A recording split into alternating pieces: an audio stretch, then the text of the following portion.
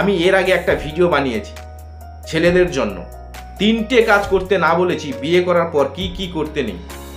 ডেসক্রিপশনে লিঙ্ক দেওয়া আছে, গিয়ে দেখে নিতে পারেন।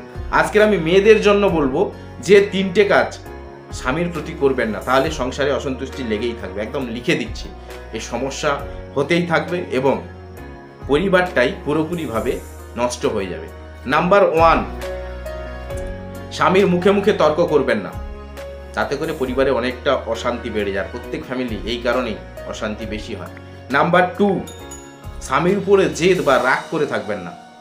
স্বামী শিবের সমান, আর কেন এরকম করো, যা হয়েছে হতেই পারে, সমস্যা হতেই পারে, হাঁড়ি গোড়া লাগলে ঠোকাঠুকি হবেই, মানিয়ে নাও, মানিয়ে গুছিয়ে নিতে হবে। আর নাম্বার 3, বাপের বাড়ির কুপরামর্শ, মা অথবা বোন এদের পরামর্শ নিয়ে স্বামীর উপরে কোনো রকম কোনোভাবে টর্চারিং বা বাপের বাড়ির বোন অথবা মায়ের কুপরামর্শ স্বামীর উপরে প্রয়োগ করবে না, তাহলে সংসারে অশান্তি লেগেই থাকবে আর সুখ আজীবনও আসবে না।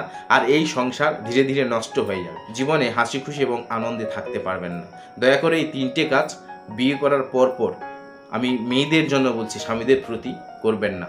তো যাই হোক, এতক্ষণ আমি সঙ্গে ছিলাম ডিকে, ডিসেন্টালাইজ ক্লাব ফাউন্ডার। খুব তাড়াতাড়ি ফিরবো এরকম আরও একটা ভিডিও নিয়ে, ততক্ষণের জন্য বাই, ভালো থাকুন।